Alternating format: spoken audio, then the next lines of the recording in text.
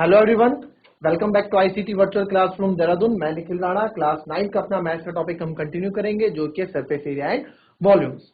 तो अपनी क्लास शुरू करने से पहले हमेशा की तरह थॉट ऑफ द डे लेके चलते हैं बच्चों। तो आज का थॉट ऑफ द डे है, अगर आपको सूरज की तरह चमकना है तो पहले सूरज की तरह जलो। जी हाँ, यानी कि अगर आपको अपना फ्यूचर ब्राइट करना है, आपको अपनी लाइफ में सक्सेस चाहिए, तो आपको पहले उसके लिए जलना पड़ेगा। जलने का मतलब यहाँ पे मेहनत करनी पड़ेगी। बैठे बैठाए आपको कुछ नहीं मिलने वाला, कुछ तो करना ही पड़ेगा। ठीक है, क्योंकि वक्त बड़ा बलवान है बच्चों, कि आज जो वक्त है जरूरी नहीं कि कल भी आप ऐसे ही सुख समृद्धि में रहे। देखा, अगर आपने पढ़ा हुआ है, आपके पास नॉलेज है, आपके पास चाहिए, तो आप आगे सक्सेसफुल रहेंगे और कामयाब रहेंगे। तो चलिए अपनी क्लास शुरू करते हैं। तो ये हमने कल देख लिया था, हमने एरिया पे बात कर दी थी, एरिया ऑफ रेक्टेंगल। कोई भी कभी हमें इसको मैंने आपको कल पूरा समझाया था। ठीक है, कभी भी किसी चीज का एरिया निकालना हो तो उसकी लेंथ और ब्रेथ की मल्टीप्लाई कर देते हैं। और असल में एरिया होता क्या है? ठीक है, एरिया होता क्या है? तो एरिया कुछ भी नहीं है।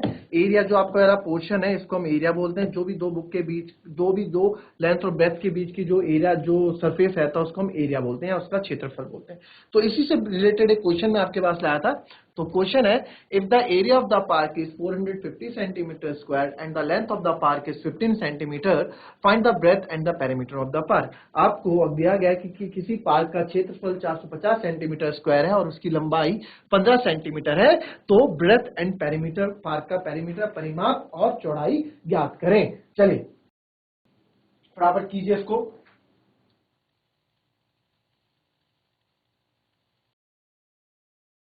देखते हैं बच्चों, हमें बोला है कि एक पार्क है हमारे पास। तो एक पार्क हम ले लेते हैं। ये पार्क हमारे पास है।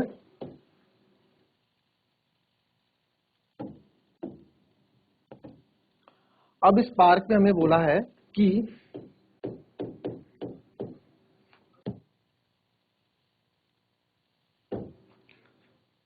जो ये पार्क का एरिया है, एरिया क्या होगा बच्चों? ये वाला एरिया, ये बीच का पार्ट, ये इसको बोलते हैं एरिया। क्षेत्रफल, ये अंदर वाला पार्ट, ये होता है एरिया। ठीक है, यानी कि इनके चार दीवारी के अंदर का सरफेस क्या होता है? एरिया होता है। इनके बीच का एरिया है 450 सेंटीमीटर स्क्वायर। तो हम लिख देंगे जो हमें गिवन है, एरिया ऑफ पार्क मेरे को गिवन है 450 सेंटीमीटर स्क्वायर। ठीक है, and the length of the park is 15 centimetre, और जो पार्क की लंबाई है वो है 15 सेंटीमीटर। ठीक है, 15 सेंटीमीटर क्या है? लंबाई है। ठीक है, तो 15 सेंटीमीटर जब लंबाई, तो लिख देंगे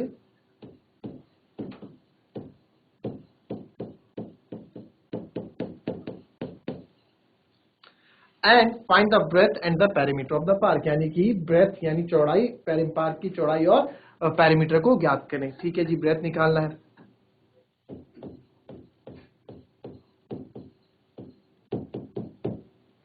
और पेरीमीटर भी निकालना है। तो बच्चों पेरीमीटर के लिए आपको पता है फॉर्मूला, हमारे पास कौन सा फॉर्मूला बनता है? 2l+b। ठीक है, हालांकि फॉर्मूला हम खुद से बना सकते हैं, बट हमें लर्न भी होने चाहिए।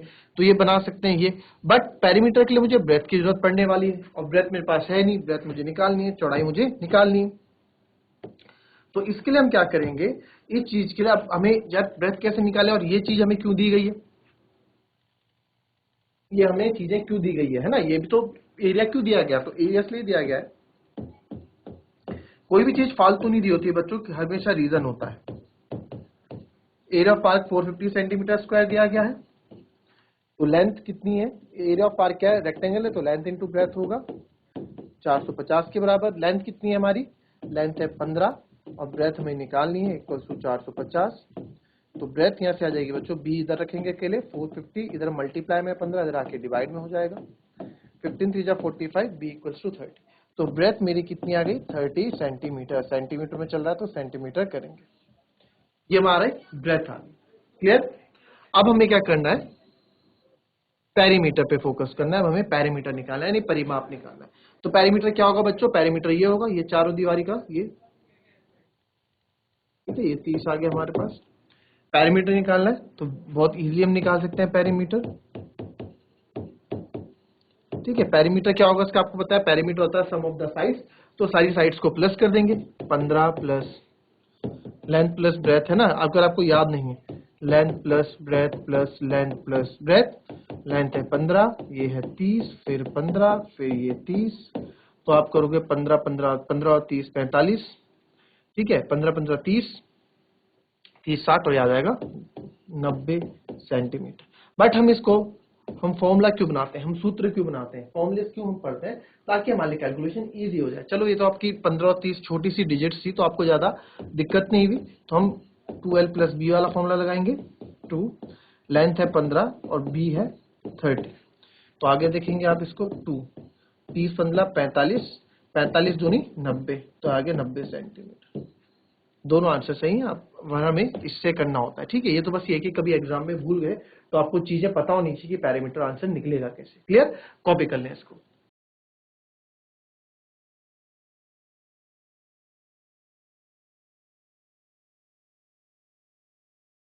चलिए क्वेश्चन लिखेंगे, ठीक है। इस क्वेश्चन को आप कोशिश करना करने की। Find the cost of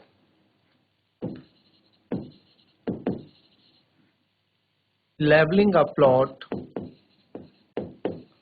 of dimension, dimension का मतलब समझाया था ना आपको, डायमेंशन का मतलब समझाया था 70 cross 20 metre at the rate of rupees 35 per square meter, ठीक है, at 35 per square meter, ठीक है। तो इसको लिखेंगे 35 रुपए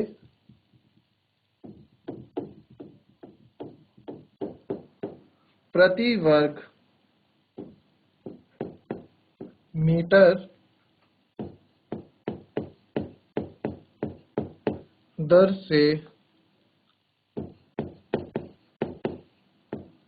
35 रुपए की मीटर की दर से आयाम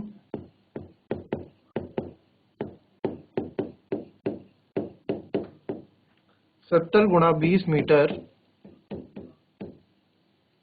के एक भूखंड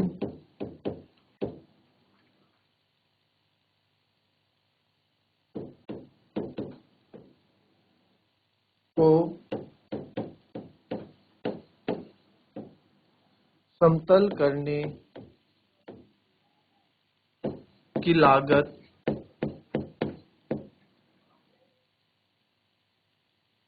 बताएं, ठीक है। करो इस क्वेश्चन को। 35 रुपए वर्ग मीटर की दर से आयाम 70 गुणा 20 मीटर के एक भूखंड को समतल करने की लागत बताएं। कितना पैसा उसमें लगेगा, cost of levelling a plot of dimension 70 metre cross 20 metre at the rate of 35 rupees per square metre. चलिए फटाफट कीजिए इसको।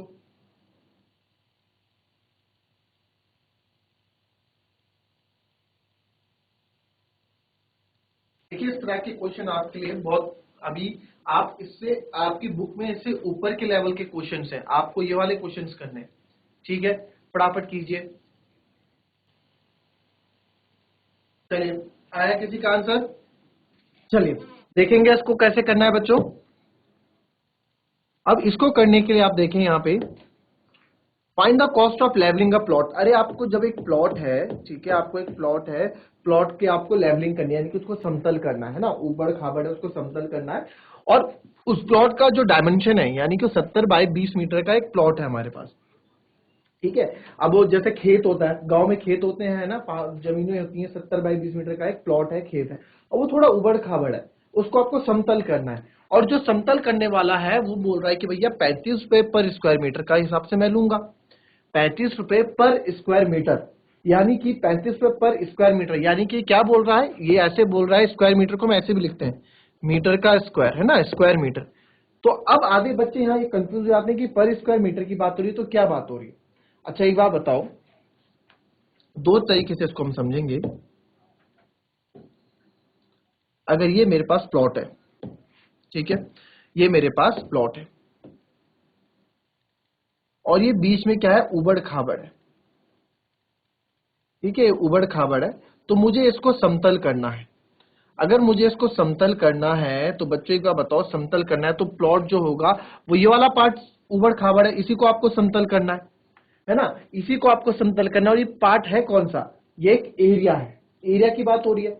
चलो इससे भी आप समझ में ना आए तो आप यहां देखा करो कि चलिए अभी देखते हैं, पहले पहले इसका एरिया निकालते हैं। देखो वो जो पैसे ले, पहले हम आधा आंसर ना हमारा क्वेश्चन में छुपा होता है, पहले क्वेश्चन को ध्यान से पढ़ लिया करो, क्वेश्चन को ध्यान से समझ लिया करो। तो क्वेश्चन में इसमें देखा गया कि 35 रुपए पर स्क्वायर मीटर है।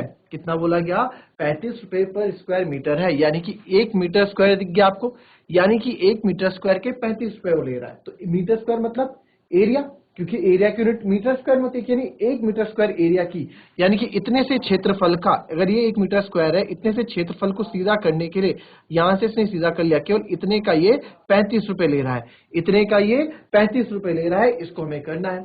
तो इसको करने के लिए आप कैसे करेंगे, आइए देखते हैं। तो इसको आप देखेंगे, find the cost of levelling a plot of dimension 70 cross 20 metre at the rate of 35 rupees per square centimetre. इसके बारे में हम कैसे करते हैं वो देखेंगे। तो हमने कॉस्ट ऑफ लेवलिंग का प्लॉट हमने किया, तो आपको डायमेंशन जो दे रखी हैं, डायमेंशन यानी कि लेंथ ब्रेथ, लेंथ हमको दे रखी है 70 और ब्रेथ हमको दे रखी है 20 मीटर। यही है, लेंथ हमको 70, चलो लेंथ हमको दी है 20 मीटर, लेंथ इंटू ब्रेथ होता है, तो उल्टा वैसे लेंथ इंटू ब्रेथ लिखते हैं हमें डायमेंशन को, ठीक है। तो आगे वाला लेंथ पीछे वाला ब्रेथ ये होता है। वैसे से कोई फर्क नहीं पड़ता आंसर में, क्योंकि मल्टीप्लाई में हम आगे पीछे करें आंसर सेम ही आता है, ठीक है। तो एरिया ऑफ प्लॉट क्या हो जाएगा,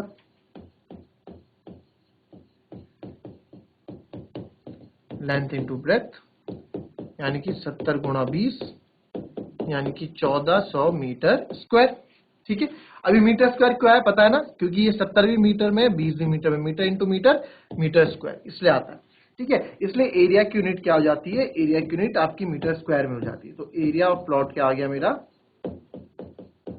एरिया ऑफ प्लॉट आ गया 1400 मीटर स्क्वायर, ठीक है। एरिया ऑफ प्लॉट मेरा क्या आ गया, 1400 मीटर स्क्वायर आ गया। अब यानी कि इतने एरिया को मुझे समतल करना है, इतने एरिया को मुझे समतल करना है, ये set.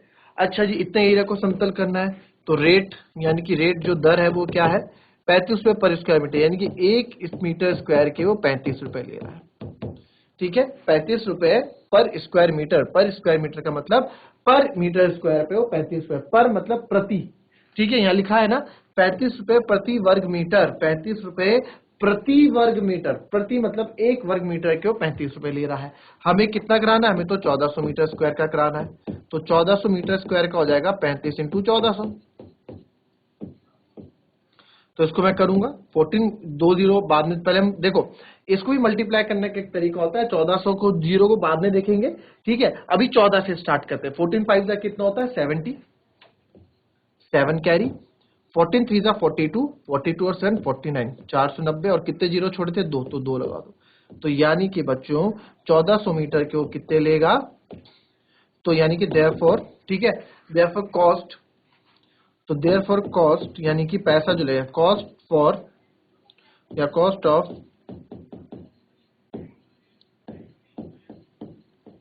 Levelling the ground, ground को कॉस्ट, ग्राउंड की लेवलिंग करने के लिए कितने पैसे लेगा, 49,000 रुपए, 49,000 रुपीज। चलो ये कॉपी कर लो उसको।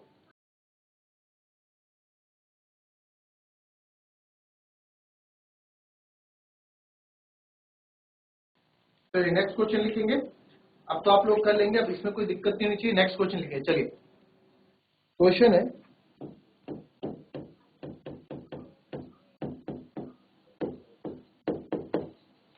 Find the cost of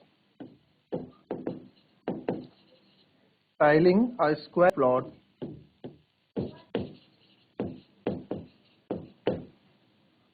having side of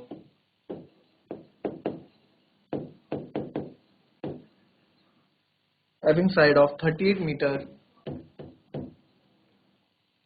at the rate of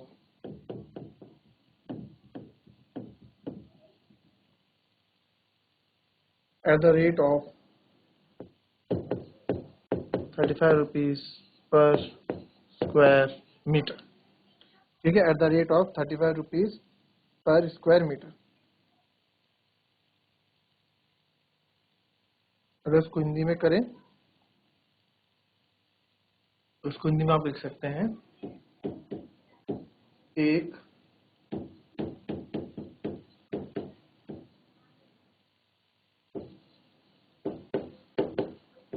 वर्गाकार भूखंड पर टाइल लगाने की लागत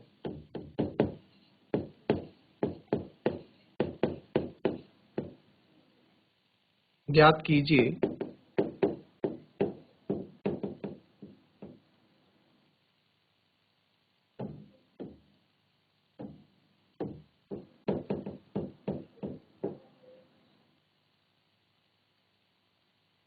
ठीक है, एक वर्गाकार भूखंड के ज्ञात कीजिए यदि यदि 35 रुपए प्रति वर्ग मीटर, 35 पिछड़ा ही 35 रुपए प्रति वर्ग मीटर है ना, की दर से। चलिए इसको देखेंगे कैसे हमें करना है। अब इसको करने के लिए आप देखेंगे इसको हमें कैसे करना है, इस चीज में हम देखते हैं। अब वही क्वेश्चन है, अब यहाँ पे बोला देखो क्वेश्चन पढ़ो क्या है, cost of tiling a square plot बोला है। तो यानी कि मुझे यहाँ से पता लग गया कि यानी कि जो मेरा प्लॉट है वो कैसा है, वो एक स्क्वायर प्लॉट है। तो स्क्वायर प्लॉट है, अब इसके अंदर क्या लगानी है, इसके अंदर हमें टाइल्स लगानी है, ऐसे टाइल्स लगानी है। ठीक है, टाइल्स हमें लगानी है और टाइल्स लगाने का जो एरिया वो ले रहा है, जो टाइल्स लगाने का जो टाइल्स वाला है जो वो एरिया ले रहा है, एरिया जो पैसा वो ले रहा है, ये टाइल्स हम लगा रहे हैं। ठीक है, टाइल्स लगती है ना कमरों में, तो वो स्क्वायर, वो फ्लोर आपका स्क्वायर है, ऐसा कुछ टाइल्स लग रही है, शेप बनानी ढंग से, ऐसी कुछ टाइल्स हमें लगानी है। और टाइल्स के वो क्या है, वो जो टाइल्स लगाने वाला है वो 35 रुपए पर स्क्वायर मीटर के हिसाब से पैसा ले रहा है। तो ठीक है यार, टाइल्स कहाँ लग रही है, ये टाइल्स कहाँ लग रही है, एरिया में। भाई इस स्क्वायर प्लॉट का एरिया ही तो होगा जहां टाइल्स लगनी है, तो यानी कि मुझे एरिया निकालना है। तो साइड ऑफ टाइल्स, अब साइड ऑफ स्क्वायर प्लॉट, आपको बोला है स्क्वायर प्लॉट की साइड क्या है, 38 मीटर है। ठीक है, तो एरिया ऑफ स्क्वायर क्या होता है, एरिया ऑफ स्क्वायर, यहाँ पे एरिया ऑफ प्लॉट लिखूंगा मैं, एरिया ऑफ प्लॉट, प्लॉट कैसा है, स्क्वायर है, तो एरिया किसका लगेगा, स्क्वायर का। क्या होता है, साइड का स्क्वायर, तो ये हो जाएगा 38 का स्क्वायर। अब आप लोग, आपने लास्ट क्लास में 8th क्लास में अगर आपने स्क्वायर ट्रिक की मेरी क्लास ली होगी तो आप एकदम निकाल दोगे स्क्वायर। इसका कितना हो जाएगा, 8 8 जा 64, 6 कैरी। ठीक है, 8 8 जा 64, 6 कैरी, फिर 8 दूनी 16, 16 तीन 48, 48 और 6, 48 और 6 54, 54, 48 से 54, 5 कैरी, 3 3 9, 9 और 5 14, तो 1444 मीटर में था, तो मीटर स्क्वायर इसका एरिया आ गया। ठीक है, नाउ हमें कॉस्ट निकालनी है, कॉस्ट ऑफ टाइलिंग हमें ये निकालनी है, कॉस्ट ऑफ टाइलिंग। तो रेट क्या है, रेट जो उन्होंने दे रखा है सर, रेट उन्होंने दे रखा है 35 रुपए पर स्क्वायर मीटर, यानी कि रेट क्या दे रखा है, कॉस्ट ऑफ टाइलिंग हमें कैसे निकलेगी, रेट क्या दे रखा है, रेट दे रखा है हमको 1 मीटर स्क्वायर का वो 35 रुपए ले रहे हैं। और हमें टाइल्स कहाँ लगानी है, हमें तो टाइल्स सर 4144 मीटर स्क्वायर में लगानी है, तो इसका हो जाएगा 1444 इंटू 35। ठीक है, तो अब इसको करेंगे 35 4 जा, आपको क्या है, इसको मल्टीप्लाई करो, आंसर बताओ। तो ये हमारे पास आंसर आएगा 35 4 जा, 35 4 जा होता है 5 4 जा 20। ठीक है, और 2 कैरी, और ये हो जाएगा आपका 3 2 जा 6 और 2 8, तो 8 यहाँ पे कैरी लग जाएगी। फिर अगेन इसको आप सीधे मल्टीप्लाई कर दो, चलो ऐसे 5 4 जा 20, 2 कैरी, 5 4 जा 20 और 2 22, 2 कैरी, फिर से 5 4 20 22 कैरी, ये ऐसे कर देंगे। अब आप यहाँ देखोगे 3 4 जा 12, 1 कैरी, 3 4 जा 12, 1 कैरी 13 13, और 3 1 जा 3, 1 कैरी 4। तो ये आ गया मेरे पास कितना पैसा, 50540, यानी कि टोटल कॉस्ट ऑफ टाइलिंग जो निकलेगी, यानी कि टाइल निकालने की जो कॉस्ट है वो है कितना, 50,540 रुपए।